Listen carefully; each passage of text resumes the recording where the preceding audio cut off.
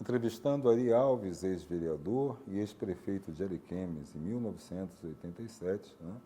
O Ari assumiu a prefeitura de Ariquemes. Tá. Ari, como foi a sua chegada em Ariquemes? Boa tarde, antes de tudo. Eu cheguei em Ariquemes em 1976, contratado pelo INCRA, né? E vim para trabalhar no projeto de assentamento dirigido Marechal Dutra. Existiam dois projetos, era o Marechal Dutra e Buradeiro.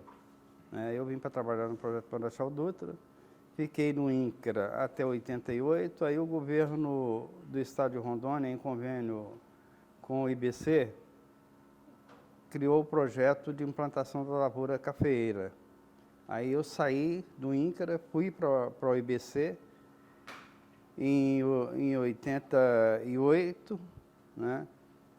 Aliás, em 78, aí trabalhei no IBC até 1982, que quando foi as eleições, eu participei da primeira eleição de Ariquemes e tive o privilégio de ser eleito, né, um dos vereadores fundadores da Câmara, e segui a vereança até o ano de 88, quando nós pudemos assumir,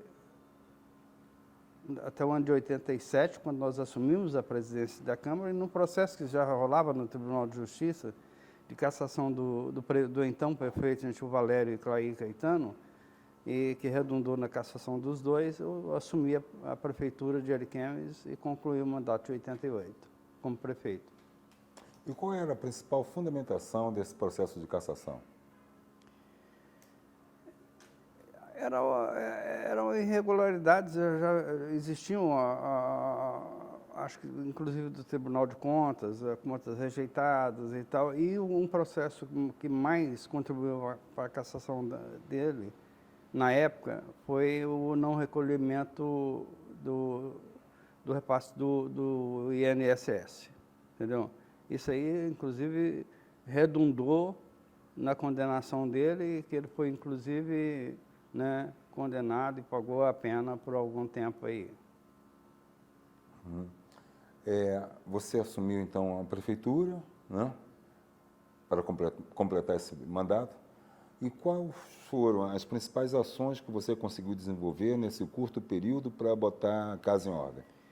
Nós assumimos, inclusive, num processo muito conturbado, porque quando o Tribunal de Justiça determinou a cassação do então prefeito Gentil Valério, o Jerônimo Santana, que era o governador da época, né, que era o PMDB da época, né, ele mandou para Ariquemes um ato de intervenção, nomeando o Gilberto Miranda como interventor. Entendeu? Aí, nisso, eu me lembro bem, o Amorim, Hernandes Amorim, era deputado estadual, né, e falou, vamos entrar com recurso, porque é inconstitucional, né? A Constituição diz que a Constituição, a lei orgânica, tudo dizer que na vacância do prefeito e vice-prefeito, quem assume é o vice-presidente, né? Então, impetramos um mandato de segurança e logo, não foi uma semana, a Justiça determinou a minha posse como prefeito, entendeu? Então, assumimos em junho de 88 e fomos até 31 de dezembro, aí aconteceu a eleição do Hernandes Amorim como segundo prefeito eleito de Ariquemes, e eu passei a chave para ele dia 1º de janeiro de 89. Uhum. Então, você ficou 6 meses na gestão, então?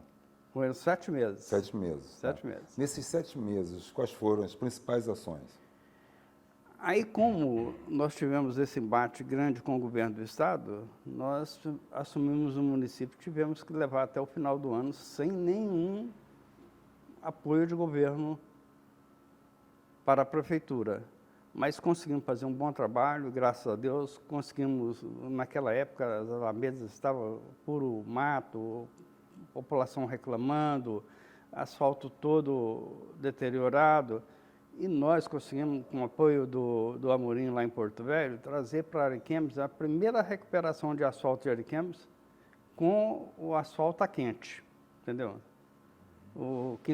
Compramos o quinto beck trouxe para nós, entregou aqui, e nós fizemos toda a recuperação da malha asfalto que tinha naquela época, porque antes era feito o tapa-buraco de asfalto com cascalho. Podem até não acreditar, mas quem é daquele tempo se lembra bem. Quando furava aquele buraco muito grande no asfalto, e como aqui não tinha usina, hoje não, hoje tem o asfalto empacotado que você leva em qualquer lugar, né? Mas naquele tempo não tinha. Então fazia-se a recuperação do asfalto, tocava terra naqueles buracos do asfalto. Um serviço totalmente sem eficácia, né? E nós conseguimos fazer essa primeira recuperação com asfalto usinado, entendeu? Limpamos todas as alamedas e eu me lembro bem que no mês de outubro nós ainda concedemos um aumento bom para os funcionários públicos do município e também um marco daquele pouco mandato nosso foi o início das obras do projeto Mutirão. Nós temos um bairro ali depois da BR-364, né? Que é conhecido como o bairro Mutirão, entendeu? São casas populares, o governo federal entrou com recurso e nós selecionamos, cadastramos os pretendentes e a construção foi feita em regime de mutirão. Os próprios pretendentes das casas que dispunham de mão de obra e com a fiscalização, o apoio técnico da prefeitura, construímos aquele bairro ali. Iniciamos, né, a construção daquele bairro ali, que o término da construção daquelas casas foi feito no mandato do Amorim. O bairro Mutirão fica tão do lado lá da antiga Vila Velha, né? Isso. Então. E qual era a clientela desse projeto habitacional do bairro Mutirão? Eram migrantes, eram pessoas que já viviam na Vila Velha, como é? Pessoas de baixa renda, né, que não tinham residências, né? Uhum. Esse era o público-alvo, tá? Mas recém-chegadas em Ariquemes ou já? Recém-chegados, porque naquela época estava chegando gente, era dia e noite, né? Uhum. Foi ali de 76 até 80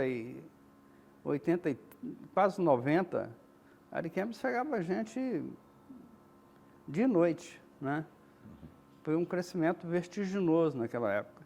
E o pessoal que vieram em busca de novas oportunidades, de facilidade de conseguir uma terra, né? Para, junto com a família, seguir sua vida. Outros vieram atrás de trabalhar, né? Muitos técnicos, né? Naquela época. Então, era dia e noite chegando gente. Como prefeito, o que você conseguiu fazer na área social para atender essa demanda de empregabilidade, até mesmo de desenvolvimento econômico, para gerar oportunidades?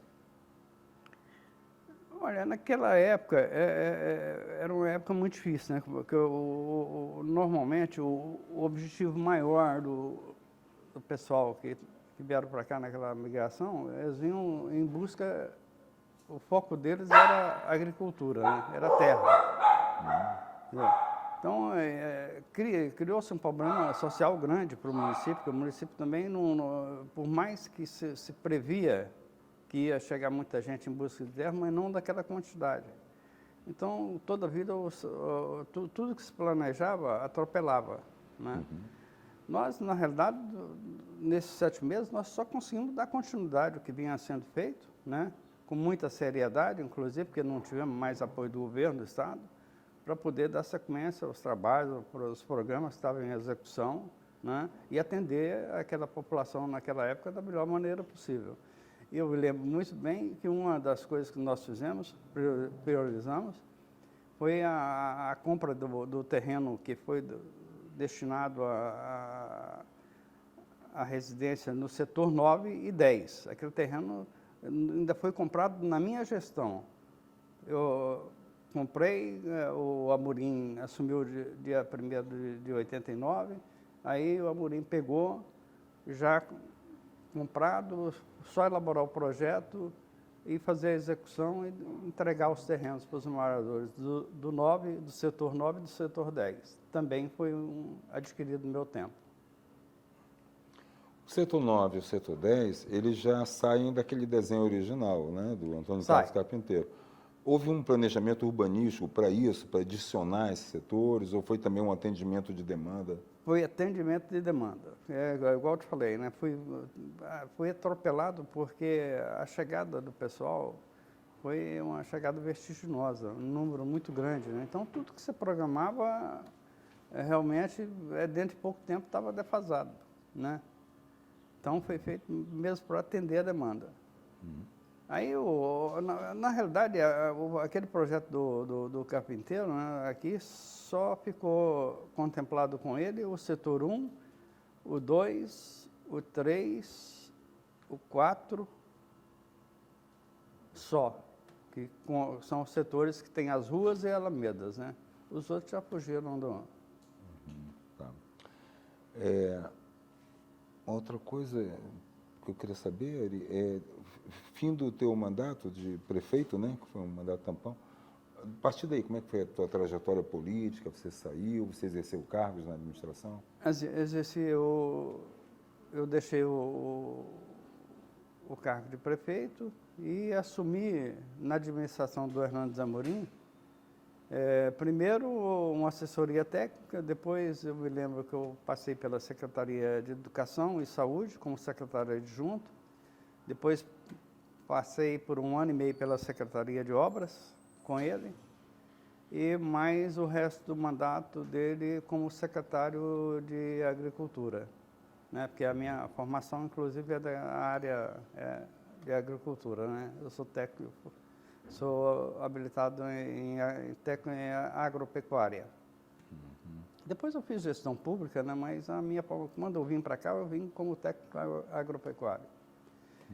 Então, passei por essas secretarias com ele e aí segui essa vida de assessoria, entendeu?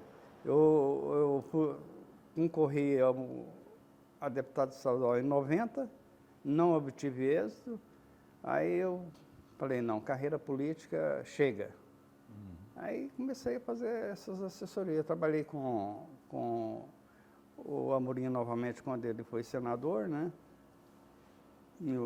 Que ele afastou e assumiu o Fernando, suplente dele. Aí eu participei da assessoria do Fernando. Mas depois disso eu participei, fui chefe de gabinete em 2 mandatos do Donizete José e do Lorival Amorim. Passei por secretarias de Estado, né? 2007, 2010, eu fui diretor técnico do Idaron, no Estado.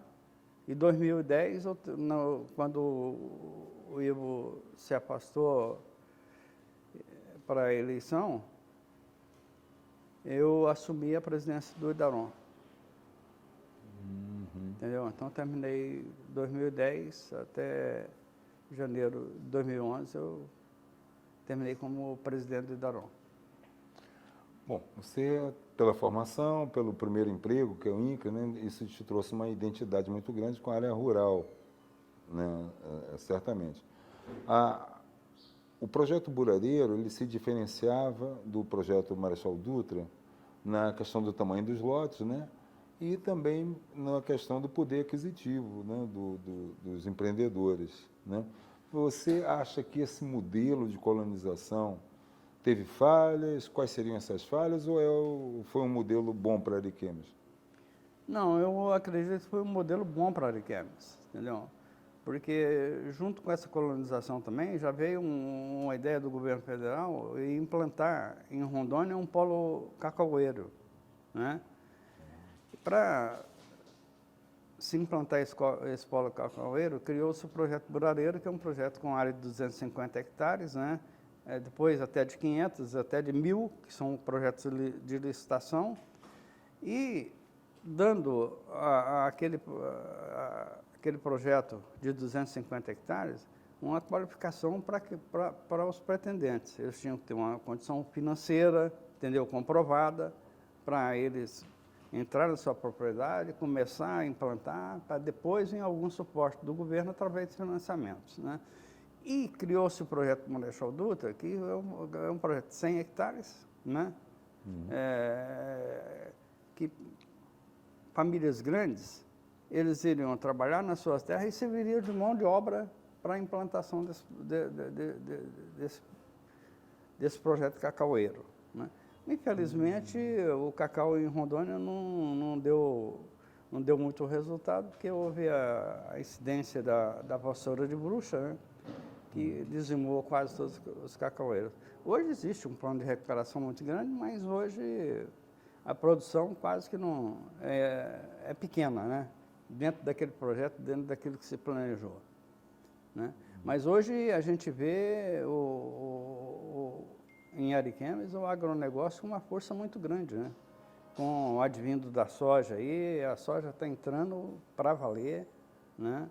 E isso traz muita divisa, né? Para o município, para o estado. Bom, você citou, né, o Antônio Carlos Carpinteiro, que era o prefeito de Porto Velho, né? Sim. E depois, uma vez criado o distrito, ele teve como primeiro administrador o Olavo Nobre, né? Você podia lembrar um pouquinho de como foi essa gestão, assim, quando surge o distrito de Ariquemes, que depois daria origem ao município, essa fase inicial, quando começa a ter uma administração local, né? Como foi esse processo, assim, para a vida da comunidade? Eu lembro, a gente que já morava aqui, todo mundo acreditou aquilo como uma grande vitória, né? A gente passava a ser distrito, ter um administrador, ter um ponto de referência, né? Porque não tínhamos. Então, eu me lembro bem do meu amigo Olavo Nobre, né? Como administrador. O Batata, Wilson Carlos Sobrinho, conhecido como Batata, aqui em Ariquemes, era o adjunto dele, né? Era um assessor um cargo que criaram, né? E o Wilson Carlos Sobrinho foi. Depois o Olavo afastou, assumiu o Batata. Aí depois já veio o primeiro prefeito nomeado pelo governo, né? Que, se não me engano, foi o Salles, né? Não, Batalha. Não, Batalha, isso mesmo. Depois do Batalha que se veio o Evandro, né? Evandro, Depois Maurílio, depois o Salles, que foi já quase na época da eleição de 88, né? 82. De 88, 82. Aí, que inclusive o Salles se afastou e se elegeu como deputado federal naquela época, primeiro deputado representante de Ariquemes. E esse processo, que você falou da importância de ser distrito, já foi grande, porque já tinha uma referência de uma administração local, Sim, né? sim. E de distrito para município, mesmo com o prefeito nomeado e sem Câmara de Vereadores, mas isso trouxe também um fortalecimento da identidade comunitária de Ariquemes, você acha? Assim? Mas sem dúvida, né? Eu acho que a transição, ela talvez não tenha sido a melhor possível, né? Porque devido às condições da época, mas é o que todo mundo almejava, né? Que Ariquemes, quando houve a emancipação de Ariquemes, nós já éramos uma cidadezinha já com bastante gente, né? Muita gente, muito eleitor. Então, eu acho que foi um processo... ali foi o marco, né? O marco da consolidação do município que é hoje, né? Ali, mesmo antes como distrito de Porto Velho, né? Então a população de Ariquemes tinha as suas representações nos vereadores de Porto Velho, né? Que eram vereadores também de Ariquemes, de Vilhena, abrangia toda essa região. Sim. A partir do momento que passa a município, sem uma Câmara Municipal, e com prefeitos que também não eram eleitos pelo povo, eram nomeados, né? Como é que se dava a democracia? Como é que ela se dava nesse período com prefeito nomeado e sem vereadores? Olha, eu avalio assim que caminhou muito bem, entendeu? Porque a população, aqueles que estavam mais ligados à política, né? Então todo mundo entendia que era um processo necessário, né? Que nomeou-se o prefeito, aquele prefeito ia gerir, né? Até vir a eleição do primeiro prefeito e da primeira Câmara de Ariquemes. E eu acho que não houve nenhuma dificuldade, não. Foi levado... Até porque os prefeitos nomeados pelos governadores da época Todos eles foram pessoas muito capacitadas, entendeu? E que deram a sua contribuição para o desenvolvimento do município.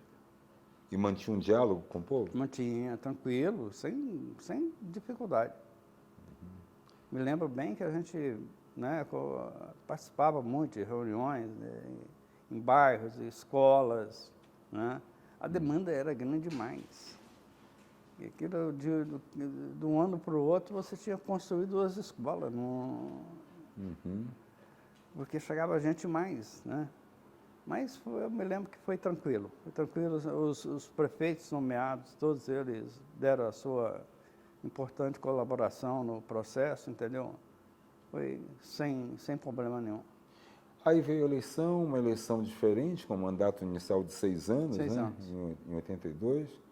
E como é que as forças já se dividiam nesse momento entre lideranças maiores?